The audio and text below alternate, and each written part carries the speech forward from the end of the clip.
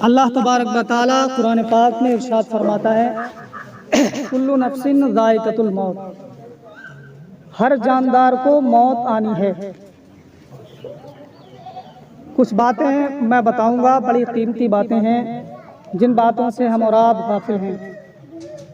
ہم دنیا میں آئے کیوں ہیں اور ہمیں دنیا سے جانا کیوں ہے، یہ بالکل ہمارے ذہنوں سے بات نکلی ہوئی ہے کہ آخر دنیا میں ہمیں اللہ نے بھیجا کیوں ہے۔ اللہ چاہتا تو نہ بناتا، لیکن اللہ نے ہمیں دنیا میں بھیجا کیوں ہے؟ کیا وجہ تھی کہ اللہ تبارک و تعالیٰ نے ہمیں دنیا میں اس لیے بھیجا کہ ہم اس کو اللہ کہیں، اس کی عبادت کریں؟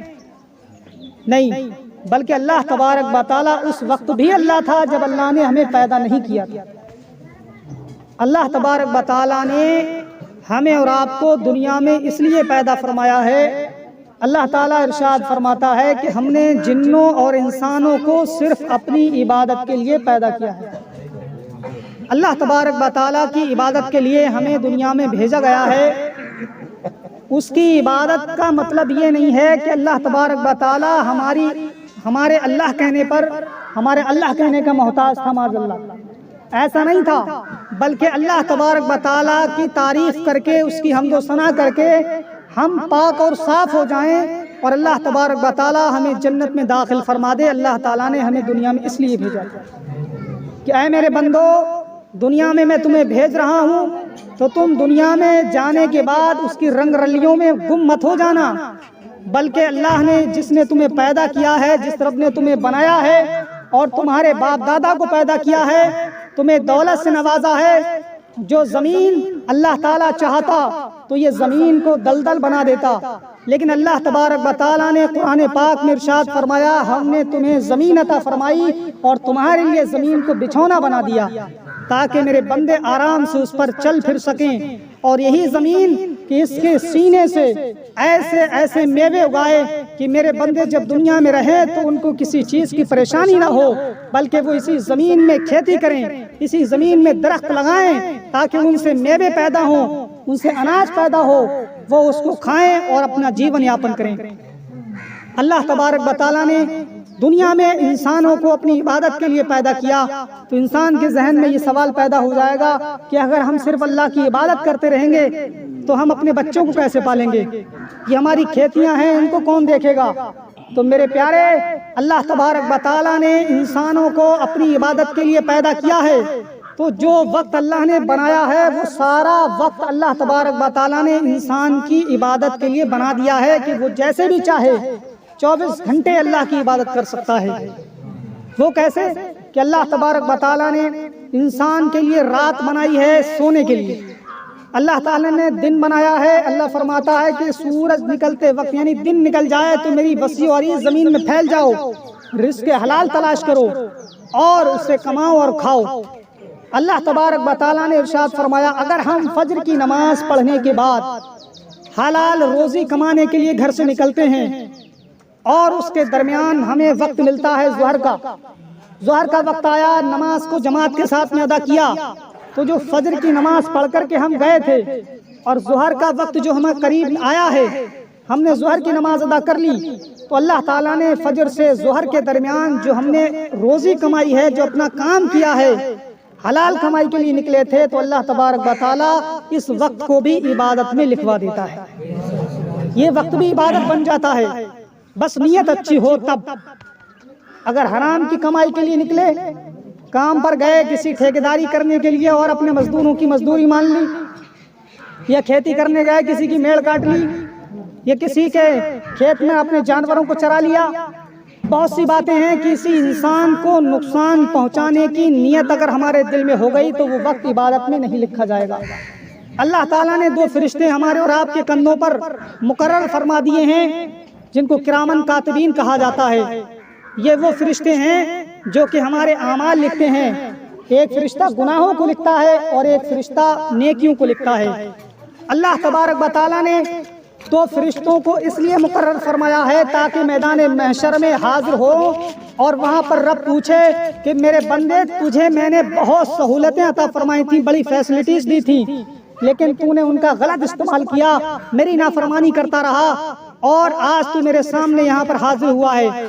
تو بندہ وہاں پر کہے گا کہ میں نے ایسا نہیں کیا تھا، تو گواہی کے طور پر اللہ تعالیٰ تو جانتا ہی ہے، لیکن گواہی کے طور پر اللہ نے 2 فرشتے کندھوں پر مقرر فرما دیے ہیں کہ جو تمہارے دفتر کو لکھتے ہیں اور میدان محشر میں تمہارے سامنے پیش کر دیے جائیں گے، وہاں پر جہاں پر دنیا کا ہر انسان موجود ہوگا، نبی اور رسول اور تمام تر ولی اور تمام تر عام انسان، مرد اور عورتیں، بچے بوڑھے سب موجود ہوں گے۔ وہاں پر اللہ تبارک و تعالیٰ کے سامنے جب ہمارے اعمال کا گٹر کھولا جائے گا، اس وقت تک ہم اپنے گناہوں سے، اپنے نیکیوں سے ہم انکار نہیں کر سکتے ہیں، بلکہ ابھی دنیا میں اللہ تعالیٰ نے ہمارے جسم پر ہمیں طاقت اور قوت اور قدرت دی ہے کہ ہم جیسے چاہیں ہاتھوں کو چلائیں، جیسے چاہیں اپنی زبان کو چلائیں، جیسے چاہیں اپنے دماغ کا استعمال کریں، جیسے چاہیں اپنے قدموں کو چلائیں، جس طریقے سے چاہیں کسی کا گریبان پکڑ کے اس کی دولت کو ہڑپ لیں، جس کو چاہیں اس کو دبا دیں، اپنے طاقت سے، اپنے پاور سے اس کو کمزور کر دیں۔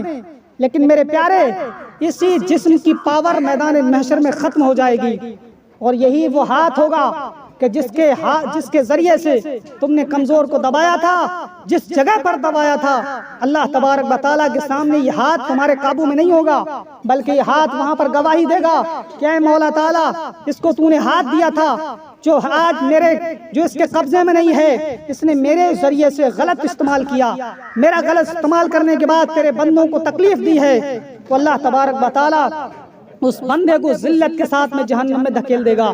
اور یاد رکھو پیارے، اللہ تبارک و تعالیٰ کے حبیب ارشاد فرماتے ہیں، من سلم المسلمون من لسانہ و یدہ، حدیث پاک کا مفہوم ہے، اللہ کے نبی نے ارشاد فرمایا، تم میں کا کوئی بھی شخص اس وقت تک مومن کامل ہو ہی نہیں سکتا ہے جب تک کہ اس کا بھائی اس کی زبان سے اور اس کے ہاتھ سے محفوظ نہ ہو۔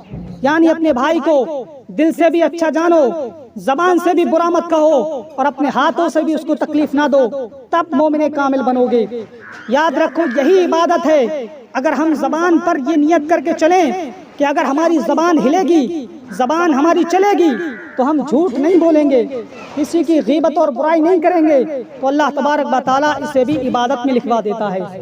یہ 2 فرشتے ایسے ہیں کہ یہ 2 فرشتے ہمارے اور آپ کے اعمال لکھنے پر مامور ہیں، اور اگر ہم اللہ تبارک و تعالیٰ نے ہمیں اور آپ کو اتنی عمر دی، جوانی کی دہلیز پر ہم نے قدم رکھا، تو ہم نے اس نیت سے اپنے چہرے پر داڑھی رکھا لی کہ اللہ تبارک و تعالیٰ کے نبیوں کی یہ سنت ہے، تو اللہ تبارک و تعالیٰ کی بندو ذرا غور کرو، ہم جب سو جاتے ہیں، سونے کے بعد ہمارے اعمال ختم ہو جاتے ہیں، ہمارے اعمال نہیں لکھے جاتے، لیکن یہ داڑھی ایک ایسی چیز ہے کہ یہ داڑھی اللہ تبارک و تعالیٰ کے نبیوں کی سنت ہے، اس کا ثواب فرشتہ جب بندہ سوتا ہے تب بھی لکھتا رہتا ہے۔ سبحان اللہ، کتنے اچھے انتظامات اللہ تبارک و تعالیٰ نے ہمیں اور آپ کو عطا فرمائے ہیں۔ اس لیے پیارے، اللہ تبارک و تعالیٰ کے حکم کے مطابق زندگی گزارنے کی کوشش کریں۔ کب ہمارے دل کی دھڑکنیں بند ہو جائیں، کب ہمارے سانسوں کی ڈوریاں ٹوٹ جائیں، یہ کوئی نہیں جانتا ہے۔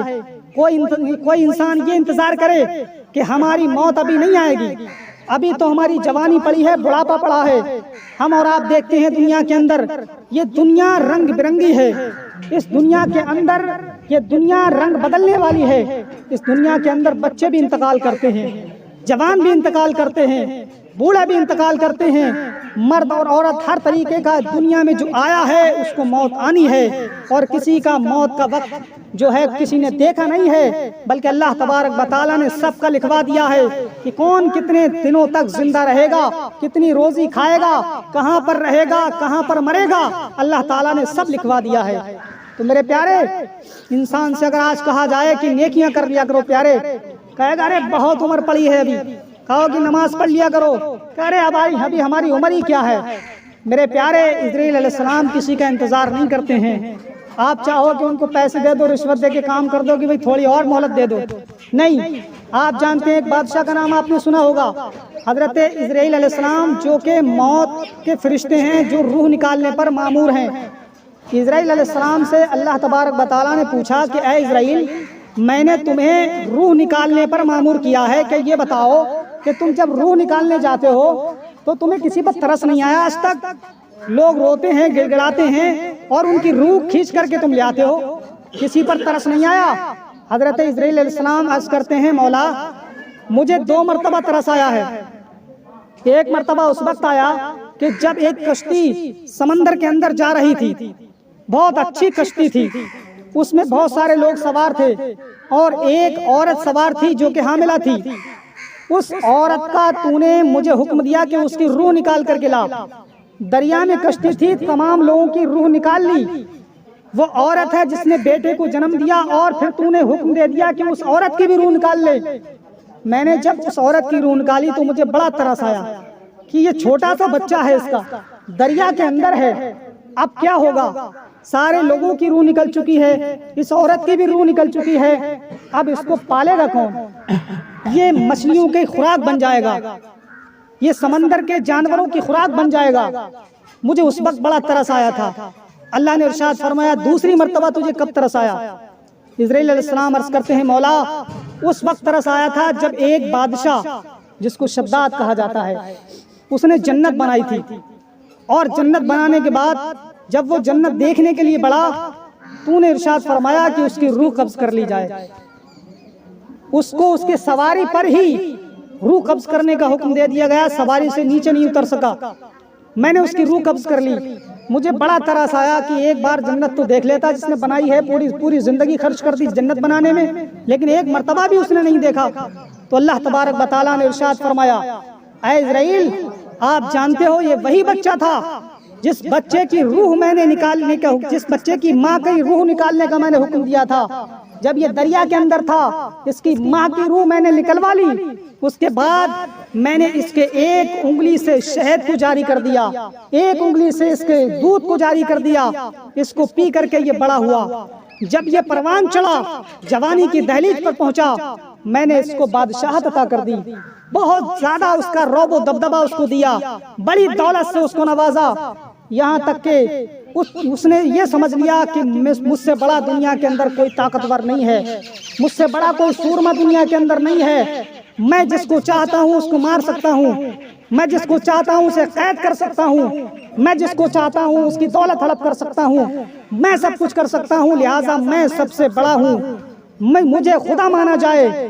اور لوگوں جب اس وقت کے نبی نے ان سے کہا، اس بادشاہ سے کہا کہ اللہ کو ایک مان لے، تو اس نے کہا تھا کہ اللہ کو ایک مانوں گا تو مجھے کیا ملے گا؟ تو نبی نے فرمایا کہ تو اگر اللہ کو ایک مانے گا تو اللہ تعالیٰ تجھے جنت عطا فرمائے گا۔ کہا جنت کیا ہے، کیسی ہے؟ نبی نے فرمایا کہ جنت ایسی ہے کہ اس میں دودھ کی نہریں ہیں، شہد کی نہریں ہیں، ہیرے یاقوت ہیں، جواہرات ہیں، اس میں بہت ساری حوریں ہیں، بڑے آرام ہیں، جو طلب کرے گا وہ سب مل جائے گا۔ اس نے کہا کہ میں بھی جنت بناؤں گا۔ اس نے مجھے خدا نہیں مانا، لیکن خدا نہ مان کر کے اس نے بڑی غلطی کی اور اپنے آپ کو خدا کہلوانے لگا، اور اس نے جیسی جنت سنی تھی ویسی بنوانے کی کوشش کرنے لگا۔ تو اللہ تبارک و تعالیٰ نے اس کے موت کا وقت جو مقرر کیا تھا اس وقت میں اس کی روح نکلوا لی۔ میرے پیارے، اللہ تعالیٰ نے بندے کو بہت ساری سہولتیں دی ہیں۔ اس واقعے سے ہم کو سبق لینا چاہیے کہ انسان کے پاس کتنی ہی دولت کیوں نہ آ جائے، کتنا ہی پاور کیوں نہ آ جائے، وہ چاہے تو کچھ بھی کر سکتا ہے، لیکن اللہ تبارک و تعالیٰ سب سے زیادہ طاقتور ہے، سب سے زیادہ قوی ہے۔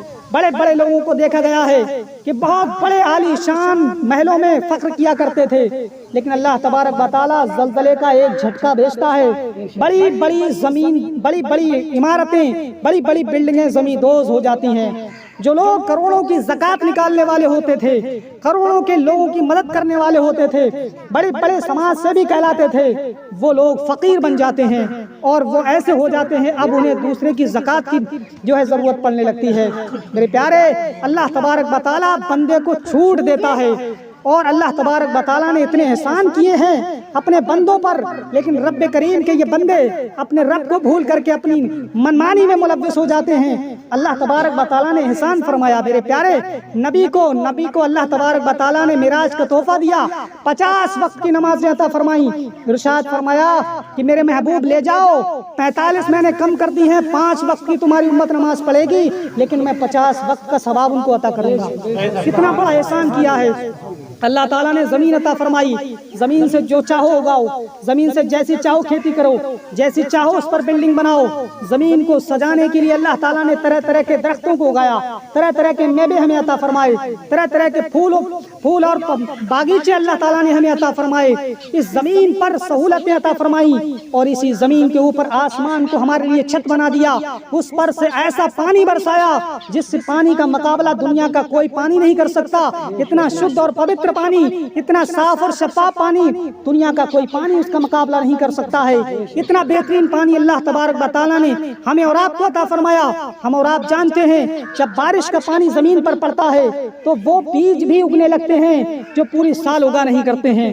بارش کے پانی میں اللہ تبارک و تعالیٰ نے وہ طاقت رکھی ہے کہ جس کے ذریعے سے بنجر زمین بھی لہلانے لگتی ہے اللہ تبارک و تعالیٰ کے حکم سے۔ اللہ تبارک و تعالیٰ کے بندو، ہم اور آپ ذرا سی چھت بناتے ہیں تو نہ جانے کتنے کالم، کتنے بیم، کتنی سریاں، کتنا سیمنٹ، کتنا مٹیریل لگا کر کے اس کو اکٹھا کرتے ہیں، اور اللہ تبارک و تعالیٰ نے ہمارے اوپر آسمان کو چھت بنایا، ایک بھی پلر نہیں ہے، ایک بھی کالم نہیں ہے، ایک بھی بیم نہیں ہے، یہ رب کی قدرت ہے۔ اسی رب تبارک و تعالیٰ کے بندے ہیں ہم اور آپ، جس رب تبارک و تعالیٰ نے وعدہ لیا ہے کہ مولا کے بندو اگر تم دنیا کے اندر رب کے مطابق زندگی گزارو گے تو دنیا سے جانے کے بعد تمہاری قبر کو بھی نوری بنا دیا جائے گا، اور تمہارے آخرت کو بھی نوری بنا دیا جائے گا، اور جنت میں تمہیں ایسا محل عطا کیا جائے گا کہ اس کا مقابلہ دنیا کا کوئی محل نہیں کر سکتا۔ لہذا ذرا سوچو، اللہ تبارک و تعالیٰ نے اتنے احسانات فرمائے ہیں، پھر بھی ہم گم ہو چکے ہیں اپنی منمانی میں۔ ہم اور آپ اپنے بھائی سے کترا رہے ہیں کہ ہمارے بھائی کو جو ہے 1 انچ جگہ زیادہ کیوں مل رہی ہے، میل کاٹنے کی زبردستی کی، ادھر کی میل کی مٹی ہٹاؤ ادھر کو لگا دو۔ کیا میرے پیارے یہ سوچ رہے ہو کوئی نہیں دیکھ رہا ہے؟ یہ فرشتے جو مقرر کیے ہیں یہ دیکھ رہے ہیں، اور ان سب سے زیادہ ان فرشتوں کو بنانے والا اور ہم سب کو بنانے والا ہمارا رب دیکھ رہا ہے۔ آپ اندازہ لگاؤ، شہر کے اندر جاؤ گے تو دیکھو گے کہ CCTV کیمرہ لگا ہے، وہاں پر لکھا ہوتا ہے کہ آپ CCTV کیمرے کی نظر میں ہیں، اور بندہ گھبرا جاتا ہے کہ یار یہاں پر کوئی گڑبڑ مت کر دیو، کیونکہ CCTV کیمرہ لگا ہے، کیمرے میں آ جاؤ گے ویڈیو بن جائے گی، پولیس لے جائے گی اور خود پٹائی لگائے گی۔ لیکن میرے پیارے اس CCTV کیمرے سے زیادہ آپ اللہ کی نظر میں ہیں۔ اللہ تبارک و تعالیٰ وہاں بھی دیکھتا ہے جہاں پر تم چھپ کر کے بیٹھے ہو، اور اللہ تبارک و تعالیٰ میدان میں بھی دیکھتا ہے۔ جو رب تبارک و تعالیٰ تمہیں پیدا کرنے سے پہلے تمہاری ماں کی پیٹ میں 4 مہینے کے عمر کے اندر اللہ تبارک و تعالیٰ تمہاری تقدیر لکھوا دیتا ہے، اور اللہ تبارک و تعالیٰ لکھوا دیتا ہے کہ میرا بندہ پیدا کہاں ہوگا، میرا بندہ کھائے گا کیا، میرا بندہ پہنے گا کیا، میرا بندہ رہے گا کہاں، میرا بندہ پڑھے گا کتنا، میرا بندہ خرچ کتنا کرے گا، میرا بندہ اعمال کیسے کرے گا، اور مرنے کے بعد یہ جنت میں جائے گا یا دوزخ میں جائے گا، یہ اللہ تبارک و تعالیٰ نے لکھوا دیا ہے۔ میرے پیارے تو ہم کیا کر سکتے ہیں؟ اب آج انسان سے کہا جائے کہ صاحب یہ اسلامی لباس پہن کر کے اپنی زندگی گزارو، تو لوگ کہیں گے کہ یار ہم غیر مسلموں میں رہتے ہیں، بہت غیر مسلموں سے ہمارا پالا پڑتا ہے، یار ہمیں نوکری نہیں ملے گی، ارے بھائی ہمیں کام نہیں ملے گا۔ میرے پیارے ایمان کتنا کمزور ہو چکا ہے، رزق دینے والا اللہ تعالیٰ ہے، کوئی ہمارا رزق چھین نہیں سکتا ہے۔